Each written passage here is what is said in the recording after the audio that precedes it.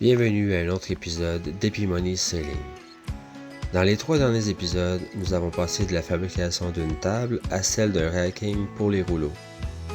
Nous avons reçu nos panneaux de nid d'abeilles et les avons enfin placés dans notre atelier. On a débuté le frame qui supportera nos cloisons de bois temporaires pour notre moule sur gabarit. Tout un défi de mettre ça au niveau dans un endroit où le plancher ne l'est vraiment pas. On a commencé à mettre les cloisons en place également. On vous a aussi parlé et montré ce que peu de gens montrent dans la fabrication d'un bateau, c'est-à-dire notre quotidien, ce qu'on fait le matin, pendant la journée et dans la vie en général. Bonne écoute!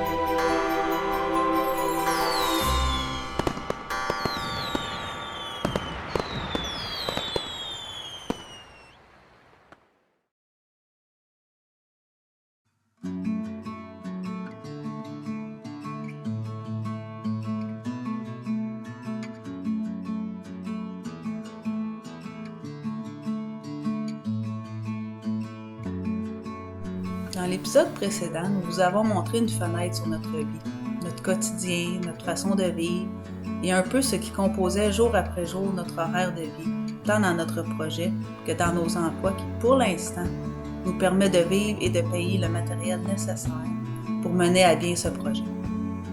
Nous avons également réalisé que les cloisons C01 à C05 sur un seul frame, malgré les béquilles, entremises et autres supports, n'étaient pas stables et solides. Nous avons donc décidé de les retirer le temps de faire un support comme le reste des autres cloisons. L'angle qui est du nid d'accord se déposera sur ces cloisons qui dépendent entièrement de ce support. Ça doit être irréprochable, tant au niveau de sa stabilité, au niveau et droit que sa force et sa solidité. C'est pour cette raison qu'il est indispensable de refaire cette section pour accroître sa force et sa stabilité. Pour ceux qui se joindraient à nous pour la première fois, je suis Marilyn et je partage ce rêve avec mon amoureux Eric. Nous bâtissons un catamaran de 50 pieds à partir de rien sur la rive sud de la ville de Québec, au Canada. Ce Ice Cat 50 nous fera voyager d'ici quelques années pour vous offrir de belles aventures, bien différentes de celles qui est de le construire. Dans l'épisode de cette semaine, on vous parlera des coûts jusqu'à aujourd'hui. Bonne écoute!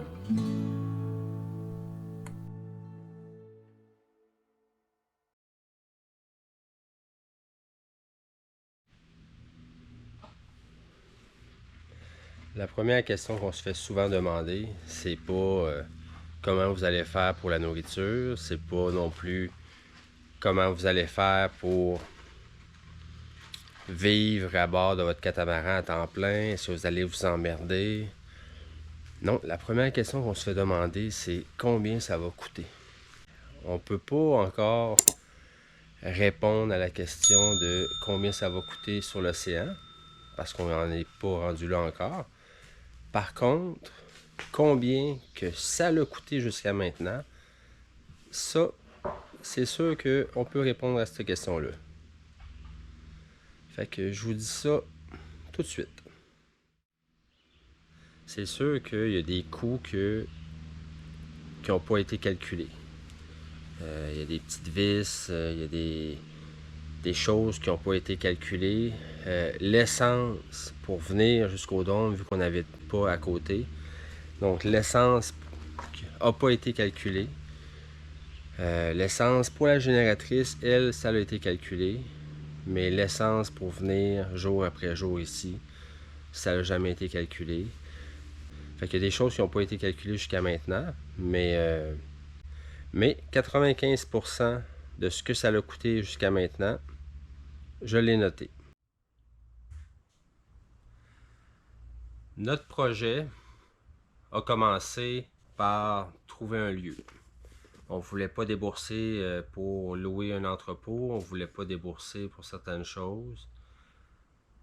Au final, c'est sûr que ça nous a coûté des sous. Est-ce que ça nous aurait coûté moins cher de louer tout simplement un endroit? Peut-être que oui. Est-ce que ça aurait été mieux? Peut-être que non. Quoi qu'il en soit, on est là, puis on va mener à bien notre projet. Notre projet, est-ce qu'il aurait été moins coûteux dans un entrepôt, un endroit plus propice, plus droit, chauffé? Peut-être, mais ça aurait coûté probablement beaucoup plus cher que ce que ça nous a coûté jusqu'à maintenant. Est-ce que ça aurait été plus facile? Oui, probablement. Mais pas nécessairement moins cher. Puis le budget dans ce genre de projet-là, c'est important. Les dépenses inutiles, il faut les éviter à tout prix. Les erreurs encore plus. On ne peut pas y échapper. Des erreurs, tout le monde en font. On en a fait. À date, ils n'ont pas été trop coûteuses. On s'est bien repris. Mais oui, il y a eu des erreurs. J'ai fait des erreurs.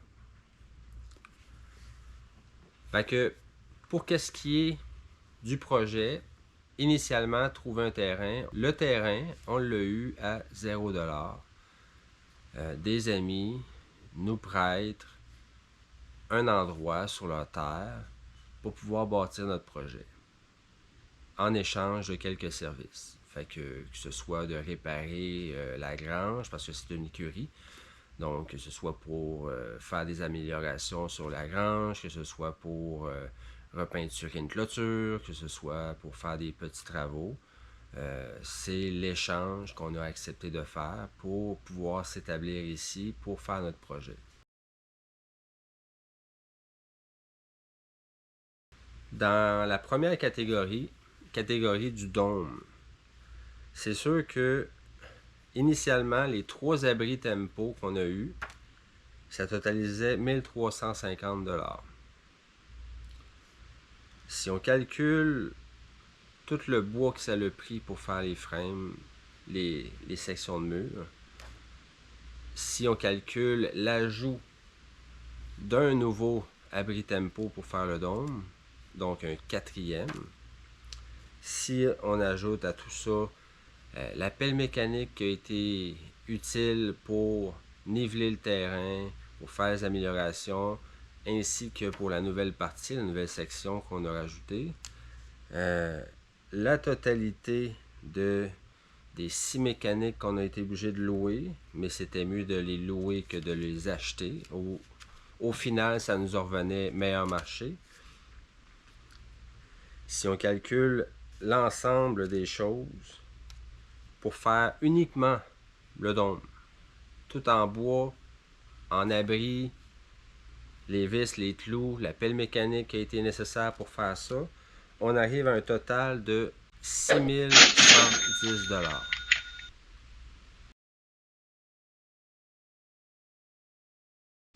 Le matériel pour faire de la fusion, pour faire de l'infusion, pour faire du vacuum, ça comprend autant le petit cours que j'ai reçu, la petite formation, qui au final n'était pas nécessairement ce qu'il y a de mieux. J'ai appris certaines choses que j'aurais peut-être pu apprendre sur YouTube carrément. Ça comprend la pompe, ça comprend les tuyaux, réservoirs de vacuum, les balances électroniques, les chronomètres, les seringues pour pouvoir avoir une exactitude de catalyseur. Tout ça, à date, c'est sûr qu'on n'a pas eu à les utiliser vraiment. J'ai fait des tests initialement pour essayer, pour pouvoir savoir comment que ça fonctionnait. J'ai essayé de faire les fenêtres. Ça n'a pas été un succès. Fait que ça a fait partie des pertes, mais ça m'a appris aussi comment ça fonctionnait. Donc, c'est une légère perte. Tout ça totalise un montant de 990$.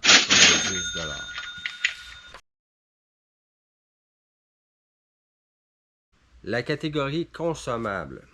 Consommable, c'est toutes les boîtes de gants.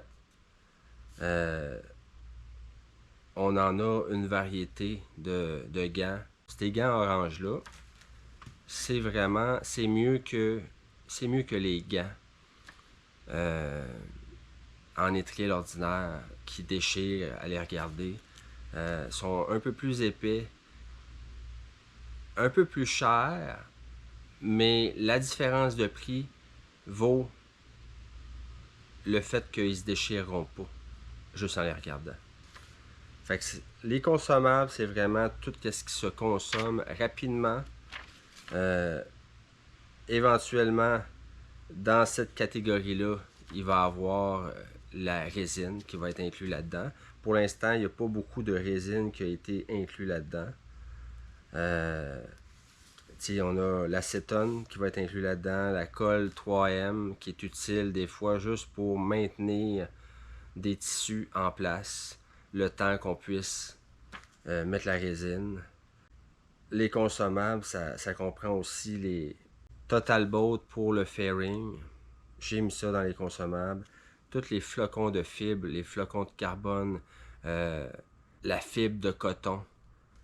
Tous les apports pour épaissir la résine est inclus dans les consommables parce que c'est des choses qui se consomment très rapidement puis il faut en racheter souvent. Donc, c'est des consommables.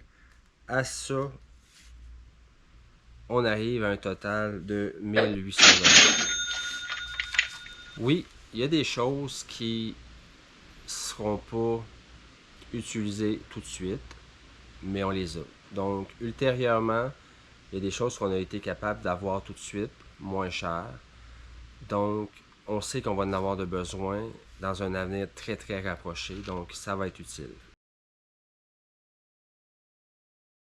Les moules,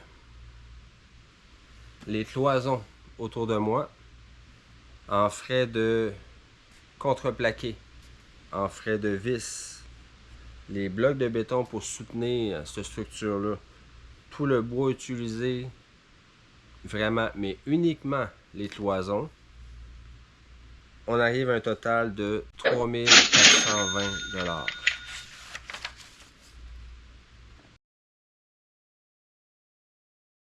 J'ai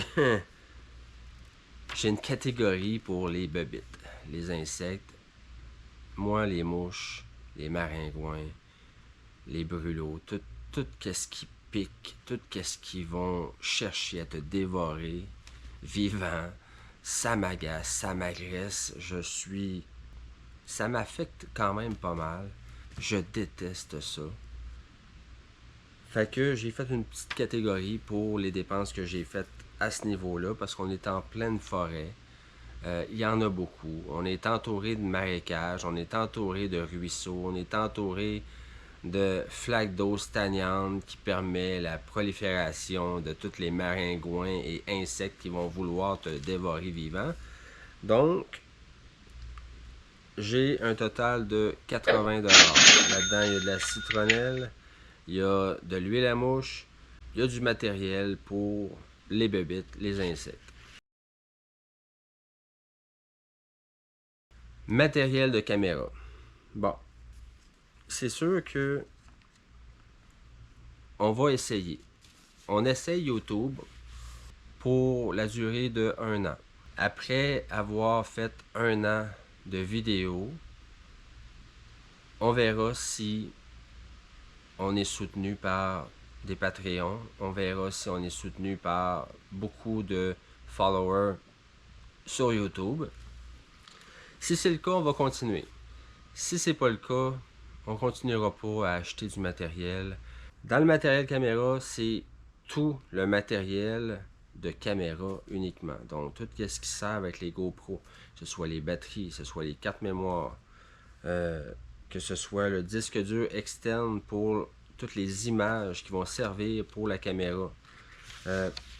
Plus loin, j'ai une catégorie qui est la catégorie matériel YouTube, qui comprend l'ordinateur, qui comprend le panneau lumineux que je me sers, qui comprend des crayons pour pouvoir écrire, pour prendre des notes, Le matériel YouTube totalise 1675 $. Puis ce matériel, je pourrais l'additionner au matériel de caméra qui comprend toutes les cartes mémoire, les 2 GoPro qu'on a achetés, puis que lui, ça totalise 2165 $.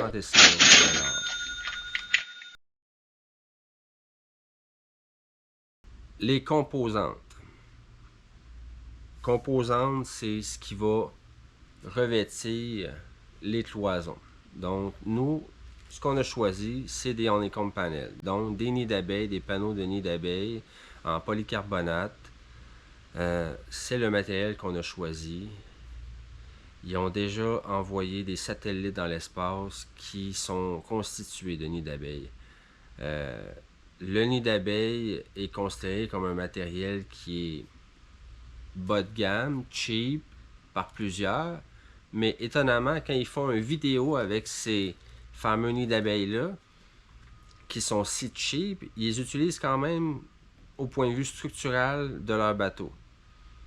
Le foam core, le PET core, c'est des matériels qui sont de plus en plus utilisés, mais il y a une époque pas très lointaine où le nid d'abeille était fortement et largement utilisé, donc ça ne doit pas être si mauvais que ça.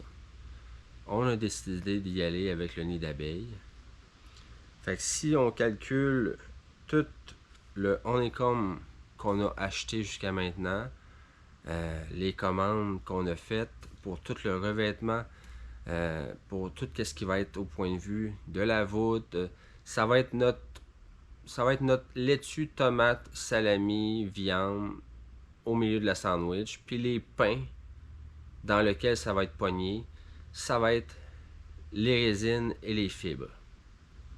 On va utiliser autant le Kevlar, la fibre de verre que le carbone. Ça va être les 2 pains. Puis le milieu, ça va être le corps. Puis le corps qu'on a utilisé, c'est du honeycomb panel.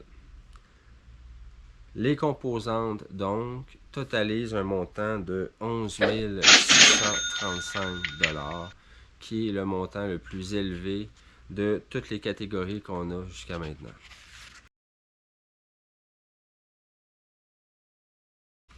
La catégorie des outils. Il y a des outils qu'on n'a pas eu besoin d'acheter. Il y a des outils que j'avais déjà avec la construction de mes maisons. Donc, on n'a pas eu à les acheter, donc on a eu une économie là-dessus.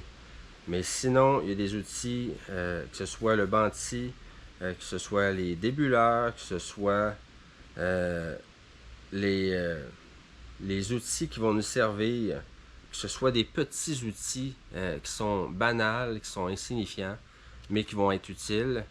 La totalité des outils, c'est 1370 $.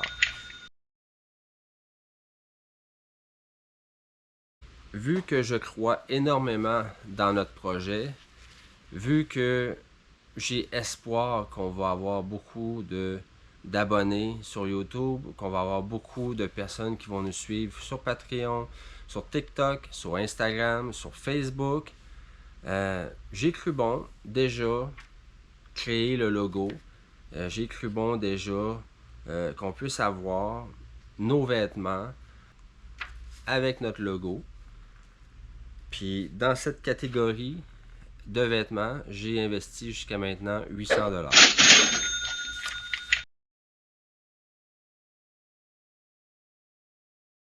Le matériel de chauffage. Le matériel de chauffage, j'inclus là-dedans le poêle à bois usagé qu'on a acheté. J'inclus tout le matériel qu'on a inclus, les tuyaux de poêle. J'inclus le transport, la location, l'aide. J'inclus les dépenses pour la cheminée, les dépenses pour le poêle qui ont été achetées. Ça comprend tout le bois de chauffage qui a été acheté. Ça comprend absolument tout ce qui a servi jusqu'à maintenant pour le chauffage. On arrive à un total de 1425 $ pour cette catégorie.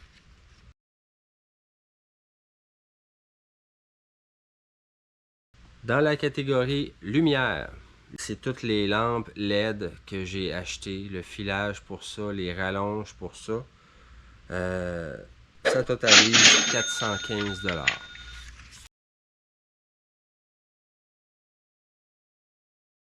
Le matériel de dessin, c'est tous les crayons que j'ai dû acheter, tableau lumineux, les règles en courbe, compas pour mesurer, ça totalise 186 $.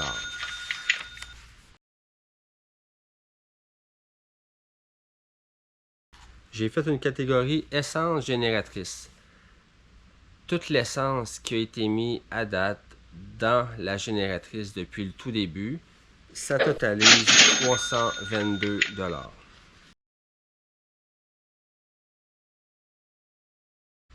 Il y a des dépenses qui ont été faites pour le dôme sur Amazon, sur Internet, dans une multitude de catégories. Ces dépenses diverses-là totalisent 505 $.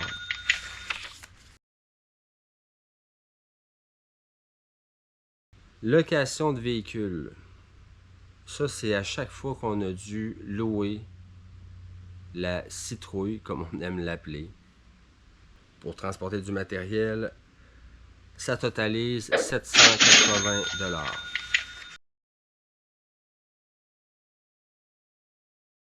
Catégorie sécurité.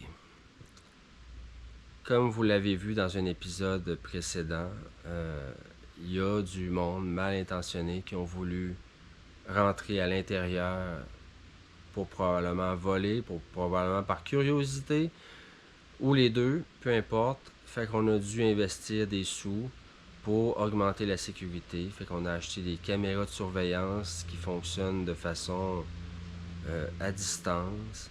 On a acheté des caméras d'arbres qui habituellement sont utilisées pour les chasseurs. On les a bien camouflées. Fait que tout ça est relié. On a dû investir aussi pour être relié à une centrale. Fait que le matériel de sécurité, ça totalise 225 $, puis c'est la dernière catégorie. Le total pour le projet jusqu'à maintenant, ça totalise 33 900 $. Mais il y a des choses qu'on n'a pas encore utilisées, il y a des choses qu'on n'aura pas besoin d'acheter rapidement. Mais pour l'instant, on arrive à 33 900 $. Fait que c'est tout pour cette semaine. J'espère que vous avez apprécié. Si vous avez des commentaires, laissez-les sur YouTube. Vous pouvez nous rejoindre aussi sur Instagram avec Epimoney Sailing. Vous pouvez nous rejoindre sur Facebook. Puis, si jamais vous voulez faire partie de la famille Patreon, devenir plus VIP, plus intégré avec nous, on est rejoignable par Patreon. Je vous invite à le faire si vous voulez nous encourager. Donc, je vous dis un gros merci. Sans vous, les vidéos ne seraient pas possibles. Donc, vous nous aidez, vous nous encouragez. Merci pour vos beaux mots. On apprécie grandement les encouragements qu'on reçoit. Donc, merci de nous encourager.